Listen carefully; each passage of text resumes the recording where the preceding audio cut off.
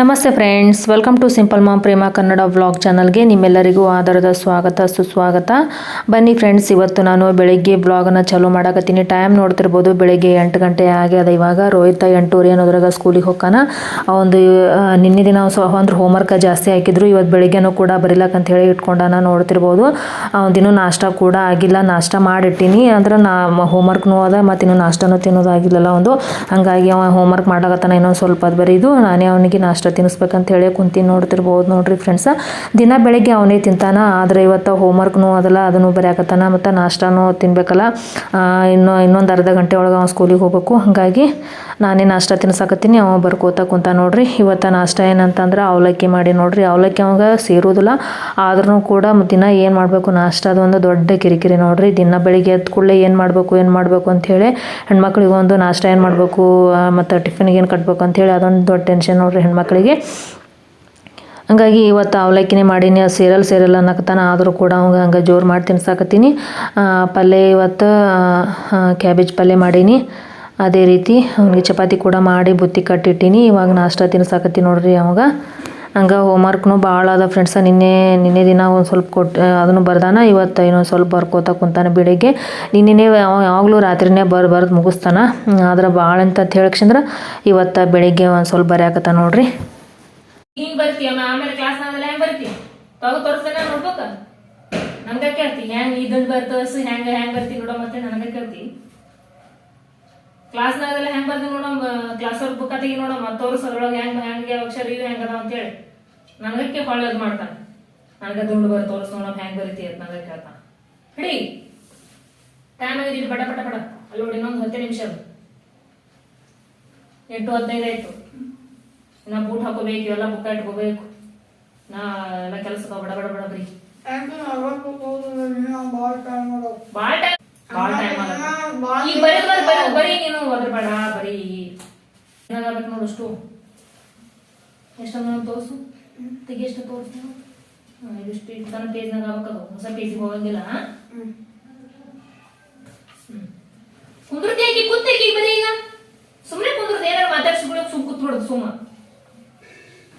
Friends, ರೋಹಿತಂದು ನಾಷ್ಟ ಕೂಡ ಇನ್ನೊಂದು ಸ್ವಲ್ಪ ಅದ ತಿಂದ್ರೆ ಮುಗಿತದ. ಅದೇ ರೀತಿ ಅವ ಎಲ್ಲ ಬ್ಯಾಗ್ನ ಬುಕ್ಕ ಎಲ್ಲ ಎಣಿಸಿಟ್ಕೋಬೇಕಿನ್ನ. ಅಂದ್ರೆ ದಿನಾಲು ಸ್ಕೂಲಿಗೆ ಹೋಗೋ ಬಂದಾಗ ಕೂಡ ಎಲ್ಲ ಬುಕ್ಕ ಬ್ಯಾಗ್ನ ಚೆಕ್ ಮಾಡಿ ಇಟ್ಕೊತಾನೆ, ಎಷ್ಟು ಬುಕ್ ಅದ ಅಂಥೇಳಿ ಎಣಿಸ್ಬಿಟ್ಟು ಇಟ್ಕೊತಾನೆ. ಮತ್ತು ಅಲ್ಲಿಂದ ಸ್ಕೂಲ್ ಬಿಟ್ಟು ಮನೆ ಬರೋದಾಗ ಕೂಡ ಎಣಿಸಿ ತೊಗೊಂಬರ್ತಾನೆ.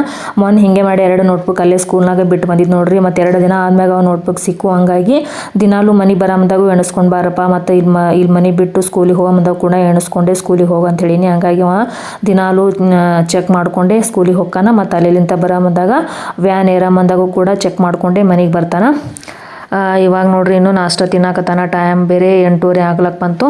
8:45 ಅಂದ್ರೆ 9 ಗಂಟೆಗೆ ಇನ್ನೂ 15 ನಿಮಿಷ ಕಡಿಮೆ ಇರಾಕ್ಲೆ ವ್ಯಾನ್ ಬರ್ತದ. ಅವ ಸ್ಕೂಲಿಗೆ ಹೋಗ್ತಾನವ. ಇನ್ನೂ ಕೂಡ 8:30 ಆಗ್ಲಕ್ಕೆ ಬಂದದ. ಅದಕ್ಕೆ ಜಲ್ದಿ ತಿನ್ನಿಸ್ಲಾಕತ್ತೀನಿ ನೋಡ್ರಿ ನಾಷ್ಟ. ಫ್ರೆಂಡ್ಸ್, ಇವತ್ತಿನ ಟಾಪಿಕ್ ಏನಂತಂದ್ರೆ, ನಾವು ನಮ್ಮ ದಿನವನ್ನು ಸೂಪರಾಗಿ ಪ್ರೊಡಕ್ಟಿವ್ ಆಗಿ ಮಾಡ್ಕೋಬೇಕಂದ್ರೆ ಯಾವ ರೀತಿ ನಾವು ಪ್ಲ್ಯಾನಿಂಗನ್ನು ಟ್ರೈ ಮಾಡ್ಕೋಬೇಕು ಅಂಥೇಳಿ ಇವತ್ತಿನ ಈ ವಿಡಿಯೋದಲ್ಲಿ ನಾನು ನಿಮ್ಮ ಮುಂದೆ ಶೇರ್ ಮಾಡ್ಕೋತೀನಿ ನೋಡ್ರಿ ಫ್ರೆಂಡ್ಸ. ಅಂದ್ರೆ ಆ ದಿನ ನಮ್ಗೆ ಸೂಪರಾಗಿ ಪ್ರೊಡಕ್ಟಿವ್ ಆಗಿ ಸಾಗಬೇಕಂದ್ರೆ ನಾನು ಹೇಳಿದಂಥ ಈ ರೀತಿ ಪ್ಲ್ಯಾನಿಂಗನ್ನು ನೀವು ಟ್ರೈ ಮಾಡಿದ್ರೆ ನಿಮ್ಮ ದಿನ ಸೂಪರಾಗಿರ್ತದೆ ಅಂಥೇಳಿ ಇವತ್ತಿನ ಈ ವಿಡಿಯೋದಲ್ಲಿ ನಾನು ನಿಮ್ಮ ಮುಂದೆ ಶೇರ್ ಮಾಡ್ಕೋತೀನಿ ನೋಡ್ರಿ ಫ್ರೆಂಡ್ಸ. ಮೊದಲನೇದಾಗಿ ಫ್ರೆಂಡ್ಸ, ಬೆಳಿಗ್ಗೆ ನಾವು ಆ ದಿನ ಅಂದ್ರೆ ಬೆಳಿಗ್ಗೆ ಎಲ್ಲ ಫ್ರೆಂಡ್ಸ ನಾವು ರಾತ್ರಿನೇ ಪ್ಲ್ಯಾನ್ ಮಾಡ್ಕೋಬೇಕು ನೋಡ್ರಿ. ಏನಂತಂದ್ರೆ ನಾವು ಮಲಗೋಕ್ಕಿಂತ ಮೊದಲು ನಾವು ನಾಳೆ ಕೆಲಸಗಳನ್ನು ಅಂದರೆ ನಾಳೆಗೆ ನಾವು ಏನು ಮಾಡಬೇಕು, ಏನು ಬಿಡಬೇಕು ಅಂಥೇಳಿ ಒಂದು ಚಿಕ್ಕದಾಗಿ ಲಿಸ್ಟನ್ನು ಮಾಡ್ಕೋಬೇಕು ನೋಡ್ರಿ ಫ್ರೆಂಡ್ಸ. ಅಂದರೆ ನಮ್ಗೆ ಮುಂಚೆನೇ ಪ್ಲ್ಯಾನಿಂಗ್ ಇತ್ತಂದ್ರೆ ನಮ್ಗೆ ನಾಳೆ ಬರೋ ದಿನ ನಮ್ಗೆ ಗಡಿಬಿಡಿ ಆಗಂಗಿಲ್ಲ ನೋಡ್ರಿ. ಹಾಗಾಗಿ ನಾವು ಮುಂಚೆನೇ ರಾತ್ರಿನೇ ಅಂದರೆ ಆ ದಿನ ಬೆಳಿಗ್ಗೆ ಎದ್ಕೊಳ್ಳೆ ನಾವು ಪ್ಲ್ಯಾನ್ ಮಾಡ್ಕೊಂಡ್ರೆ ಆ ದಿನ ನಮ್ಗೆ ಸೂಪರಾಗಿ ಪ್ರೊಡಕ್ಟಿವ್ ಆಗಿ ಸಾಗ್ಲಕ್ಕೆ ಆಗೋದಿಲ್ಲ. ಆ ದಿನ ಬೆಳಿಗ್ಗೆ ನಾವು ಕೆಲಸದ ಲಿಸ್ಟನ್ನು ಮಾಡೋಕ್ಕಿಂತ ಮುಂಚೆ ನಾವು ಹಿಂದಿನ ದಿನನೇ ಅಂದ್ರೆ ನಾವು ಮಲಗೋಕ್ಕಿಂತ ಮುಂಚೆನೇ ರಾತ್ರಿನೇ ನಾವು ನಾಳೆ ದಿನ ಏನು ಕೆಲಸ ಮಾಡಬೇಕು, ಏನು ಕೆಲಸ ಮಾಡಬಾರ್ದು ಅಂಥೇಳಿ ಒಂದು ಚಿಕ್ಕದಾಗಿ ಲಿಸ್ಟನ್ನು ನಾವು ಮಾಡ್ಕೋಬೇಕು ನೋಡ್ರಿ. ಈ ರೀತಿ ನಾವು ಮಾಡೋದ್ರಿಂದ ನಮ್ಗೆ ಬರೋ ದಿನ ನಮ್ಗೆ ಗಡಿಬಿಡಿ ಆಗಂಗಿಲ್ಲ. ಎಲ್ಲ ಕೆಲಸಗಳು ಕೂಡ ಸರಾಗವಾಗಿ ಸಾಗಲು ನಮ್ಗೆ ಆ ಲಿಸ್ಟ್ ಎಂಬುದು ಹೆಲ್ಪ್ ಆಗುತ್ತೆ ನೋಡ್ರಿ. ಅದೇ ರೀತಿ ಮುಂದಿನ ಟಿಪ್ಸ್ ಎರಡನೇ ಟಿಪ್ಸ್ ಏನಂತಂದ್ರೆ ನಾವು ಪ್ರಯಾರಿಟಿ ಕೊಡ್ಬೇಕು ನೋಡಿರಿ ಫ್ರೆಂಡ್ಸ. ಅಂದ್ರೆ ಪ್ರಯಾರಿಟಿ ಕೊಡ್ಬೇಕಂದ್ರೆ ನಾವು ಮೊದಲ ಮುಖ್ಯವಾದ ಅಂದ್ರೆ ನಮ್ಗೆ ಆ ಕೆಲಸ ತುರ್ತು ಕೆಲಸ ಆಗಿರ್ಬೇಕು ನೋಡಿರಿ, ಅಂಥ ಕೆಲಸವನ್ನು ನಾವು ಮೊದಲ ಮುಗಿಸ್ಬೇಕು. ಅಂದ್ರೆ ನಾವು ಹಿಂದಿನ ದಿನವೇ ನಾವು ಯಾವ ಕೆಲಸ ಮಾಡಬೇಕು ಯಾವ ಕೆಲಸ ಬಿಡ್ಬೇಕಂತ ಹೇಳಿ ನಾವು ಒಂದು ಸಣ್ಣದಾಗಿ ಲಿಸ್ಟನ್ನು ಮಾಡ್ಕೊಂಡಿರ್ತೀವಿ ಮೊದಲಿಗೆ. ನಾವು ಎರಡನೇದಾಗಿ ಏನು ಮಾಡ್ಬೇಕಂದ್ರೆ ಆ ಕೆಲಸದ ಕಡೆಗೆ ನಾವು ಪ್ರಯಾರಿಟಿಯನ್ನು ಕೊಡ್ಬೇಕು ನೋಡಿರಿ. ಅಂದ್ರೆ ಆ ಕೆಲಸ ನಾವು ಸಾಕಷ್ಟು ಕೆಲಸಗಳನ್ನು ನಾವು ಒಂದು ಲಿಸ್ಟಲ್ಲಿ ಬರ್ಕೊಂಡಿರ್ತೀವಿ. ಆ ಕೆಲಸಗಳಲ್ಲಿ ನಮ್ಗೆ ಒಂದು ಕೆಲಸ ಬಹಳ ತುರ್ತು ಆಗಿರ್ತದೆ ನೋಡ್ರಿ ಫ್ರೆಂಡ್ಸ. ಆ ತುರ್ತು ಆದ ಕೆಲಸ ಯಾವುದು ಅಂದ್ರೆ ಮುಖ್ಯವಾದ ಕೆಲಸ ಯಾವುದಂತ ಹೇಳಿ ನಾವು ಅದನ್ನು ಟಿಕ್ ಮಾಡ್ಕೊಂಡ್ಬಿಟ್ಟು ಆ ಕೆಲಸವನ್ನು ನಾವು ಮುಗಿಸುವುದರ ಕಡೆ ನಾವು ಗಮನವನ್ನು ಕೊಡ್ಬೇಕು ನೋಡ್ರಿ. ಅಂದ್ರೆ ನಾವು ಹಿಂದಿನ ದಿನವೇ ನಾವು ಈ ಕೆಲಸ ಮಾಡಬೇಕು ಅಂತೇಳಿ ಒಂದು ಚಿಕ್ಕದಾಗಿ ಲಿಸ್ಟನ್ನು ಬರ್ಕೊಂಡಿರ್ತೀವಿ. ಅದರಲ್ಲಿ ನಮ್ಗೆ ಮುಖ್ಯವಾದ ಕೆಲಸ ಯಾವುದು ಅಂತ ಹೇಳಿ ಅದ್ರ ಕಡೆ ನಾವು ಪ್ರಯಾರಿಟಿಯನ್ನು ಕೊಡೋದ್ರಿಂದ ನಮ್ಗೆ ಆ ದಿನ ಸೂಪರಾಗಿ ಪ್ರೊಡಕ್ಟಿವ್ ಆಗಿ ಸಾಗಲು ನಮ್ಗೆ ಒಂದು ಸಹಾಯ ಮಾಡ್ತದೆ ನೋಡ್ರಿ. ಅದೇ ರೀತಿ ಮುಂದಿನದು ಏನಂತಂದ್ರೆ ಟು ಡೂ ಲಿಸ್ಟನ್ನು ನಾವು ಬರ್ಕೋಬೇಕು ನೋಡ್ರಿ. ಅಂದ್ರೆ ಒಂದು ಕಾಗದೊಳಗೆ ನಾವು ಬರ್ಕೋಬೇಕು ನೋಡ್ರಿ ಫ್ರೆಂಡ್ಸ್. ಕಾಗದೊಳಗೆ ನಾವು ಚಿಕ್ಕದಾಗಿ ಲಿಸ್ಟ್ ಮಾಡ್ಕೋಬೇಕು ನೋಡ್ರಿ. ಟು ಡೂ ಲಿಸ್ಟನ್ನು ನಾವು ಬರೆದು ಇಟ್ಕೊಂಡ್ವಿ ಅಂದ್ರೆ ನಮ್ಗೆ ಯಾವ ಕೆಲಸ ಮಾಡಬೇಕು ಯಾವ ಕೆಲಸ ಬಿಡ್ಬೇಕಂಥೇಳಿ ನಮ್ಗೆ ಗಡಿಬಿಡಿ ಕೆಲಸ ಮಾಡೋಲ್ಲಿ ಗಡಿಬಿಡಿ ಇರೋಂಗಿಲ್ಲ. ಮತ್ತು ಎಲ್ಲ ಕೆಲಸನೂ ಕೂಡ ಸುಗಮವಾದ ರೀತಿಯಲ್ಲಿ ಸಾಗ್ಲಿಕ್ಕೆ ಈ ಟು ಡೂ ಲಿಸ್ಟ್ ಎಂಬುದು ನಮಗೆ ಬಹಳ ಹೆಲ್ಪ್ಫುಲ್ ಆಗುತ್ತೆ ನೋಡ್ರಿ. ನಾವು ಮುಂಚೆನೇ ಏನು ಪ್ರಿಪ್ರೇಷನ್ ಇಲ್ಲದೇ ನಾವು ಬೆಳಿಗ್ಗೆ ಎದ್ವಿ ಅಂತಂದರೆ ನಮ್ಗೆ ಎಲ್ಲ ಯಾವ ಕೆಲಸ ಮುಂಚೆ ಮಾಡಬೇಕು ಯಾವ ಕೆಲಸ ನಾವು ಆಮೇಲೆ ಮಾಡ್ಬೇಕು ಅಂಥೇಳಿ ನಮ್ಗೆ ಗಡಿಬಿಡಿ ಆಗಿಬಿಡ್ತದೆ. ಅದರ ಬದಲಾಗಿ ನಾವು ಈ ರೀತಿ ಒಂದು ಲಿಸ್ಟನ್ನು ಟು ಡೂ ಲಿಸ್ಟನ್ನು ನಾವು ಬರೆದಿಟ್ಕೊಂಡ್ವಿ ಅಂತಂದ್ರೆ ನಮಗೆ ಕೆಲಸ ಮಾಡುವಲ್ಲಿ ಗಡಿಬಿಡಿನೇ ಆಗಲ್ಲ. ಎಲ್ಲ ಕೆಲಸನೂ ಕೂಡ ಪಟ ಅಂಥೇಳಿ ಬೇಗನೆ ಮುಗಿದು ಬಿಡ್ತಾವೆ ನೋಡ್ರಿ. ಅದಕ್ಕೋಸ್ಕರವಾಗಿ ನಾವು ಒಂದು ಈ ರೀತಿ ಟು ಡೂ ಲಿಸ್ಟನ್ನು ನಾವು ಒಂದು ಕಾಗದದೊಳಗೆ ಬರೆದಿಟ್ಕೋಬೇಕು ನೋಡ್ರಿ. ಅದೇ ರೀತಿ ಮುಂದಿನದು ಏನಂತಂದ್ರೆ ಫ್ರೆಂಡ್ಸ್, ನಾವು ಹೆಣ್ಮಕ್ಳು ಯಾವಾಗಲೂ ಕೆಲಸ ಮಾಡ್ಕೋತಾನೆ ಇರಬಾರ್ದು. ಅದ್ರ ಬದಲಾಗಿ ನಾವು ಕೆಲಸಗಳ ಮಧ್ಯದಲ್ಲಿ ನಾವು ಒಂದು 5-10 ನಿಮಿಷ ನಾವು ರೆಸ್ಟನ್ನು ನಾವು ಮಾಡ್ಬೇಕು ನೋಡ್ರಿ. ಅಂದ್ರೆ ಕೆಲಸಗಳ ಮಧ್ಯದಲ್ಲಿ ನಾವು ಬ್ರೇಕನ್ನು ತೊಗೋಬೇಕು ನೋಡ್ರಿ. ಈ ರೀತಿ ಒಂದು ಒಂದು ಕೆಲಸ ಆದ ನಂತರ ಮತ್ತೊಂದು ಕೆಲಸ ಮಾಡೋ ಬಂದಾಗ ನಾವು ಒಂದು 5-10 ನಿಮಿಷ ಈ ರೀತಿ ನಾವು ಬ್ರೇಕ್ ತೊಗೊಳೋದ್ರ ಮೂಲಕ ನಮಗೆ ಮೈಂಡಿಗೆ ಒಂಥರ ರಿಲ್ಯಾಕ್ಸ್ ಆದಂಗೆ ಆಗುತ್ತೆ. ನಮ್ಗೆ ನಮ್ಮ ಮಾನಸಿಕ ಒತ್ತಡ ಕೂಡ ಇದರಿಂದ ಕಡಿಮೆ ಆಗುತ್ತೆ ನೋಡ್ರಿ.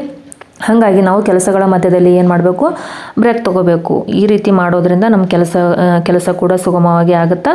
ನಮ್ಮ ಆ ದಿನ ನಮ್ಗೆ ಸೂಪರಾಗಿ ಪ್ರೊಡಕ್ಟಿವಿಟಿಯಾಗಿ ಸಾಗ್ಲಿಕ್ಕೆ ಸಹಾಯ ಮಾಡುತ್ತೆ ನೋಡ್ರಿ.